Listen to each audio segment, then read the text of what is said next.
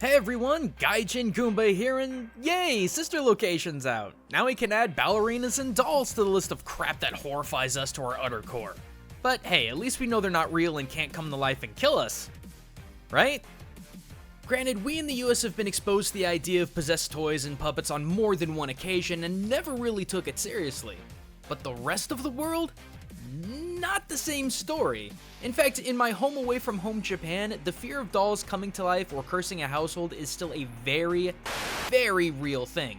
But to really understand why, we need a little back history on another one of Japan's many monstrous yokai to set the stage, so to speak.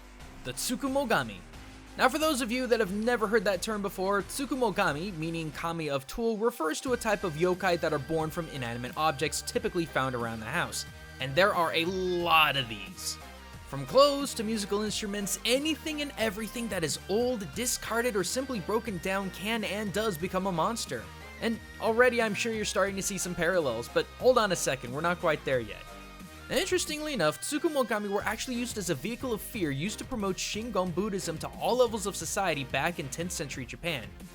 But by the 12th century, they became so popular with people that they developed into their own widespread popular culture that persists to this day. Boy, don't that sound familiar. Remember those one-eyed, tongue-out, hopping umbrella monsters from Kirby's Dream Land 2 and Mario Land 2 6 golden coins? Well, those are called kasoobake, which are a type of Tsukumogami. Discarded or broken umbrellas that come to life through inspiriting and age. Though most people find them harmless like many other thing yokai, they do have a tendency to marshal together and attack people to get revenge for being discarded in the trash so carelessly. And the truly terrifying thing is that, again, anything that becomes old and broken down can turn into a murderous yokai. Lanterns, umbrellas, musical instruments, tea kettles, rolls of cotton, the clothes on your back, the shoes on your feet, even the freaking bed that you sleep in can become inspirited, come to life, and kill you. But household tools and items aren't the only things that can develop into a monstrous yokai. Dolls. Dolls. These are prime items to develop into Tsukumogami due to their already human-like appearance. From what I could research, the more human something looks, the easier it is for it to become animate. And this takes me right to the animatronics of FNAF. Now, in terms of the Five Nights storyline, one of the first things we hear about of the first night of the first game is that these animatronics have not been cleaned or maintained in well over 20 years. The animatronic characters here do get a bit quirky at night, but do I blame them? No.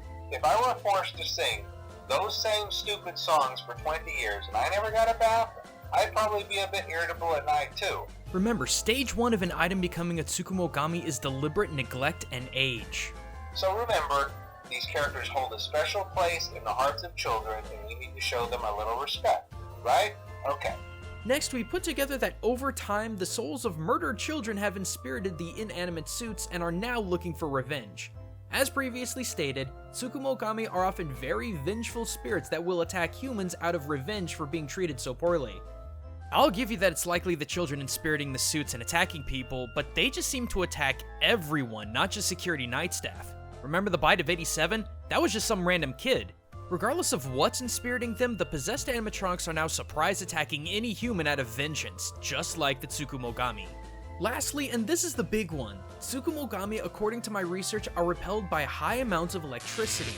And what do we do to encourage the animatronics in sister location? Electric shocks. We don't know if they hurt or are just generally unpleasant to Baby, Ballora, Foxy, and Freddy, but we do know that it causes enough discomfort to get them to do what corporate wants them to. Jeez, and when you think about it, so many of the animatronics we now know in FNAF have more to do with toys and dolls than traditional animatronics. Baby, Ballora, not to mention all of the toy and plush variations of the original characters. So what would you say if I told you there is a ceremony in Tokyo that continues to this day that ensures toys, dolls, and plushes don't come to life and murder you in your sleep? It's true. At Kyomizu Kannon-do Temple in Tokyo's Taito Ward, every year there is hosted what's called Ningyo Kuyo, or Doll Appreciation Festival. And I kid you not, it is a ceremonial last rites for old and disrepaired toys and plushes before they are respectfully cremated. This is not a joke. Dozens of people retire thousands of toys and dolls at this temple.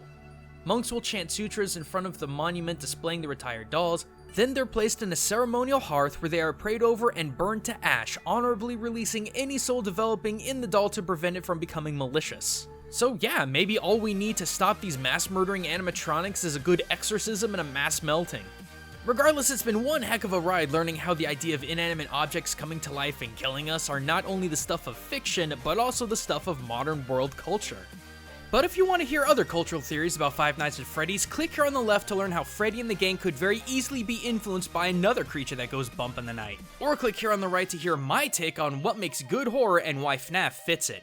But thanks for watching, guys, and until next time, this is Gaijin Goomba, signing out.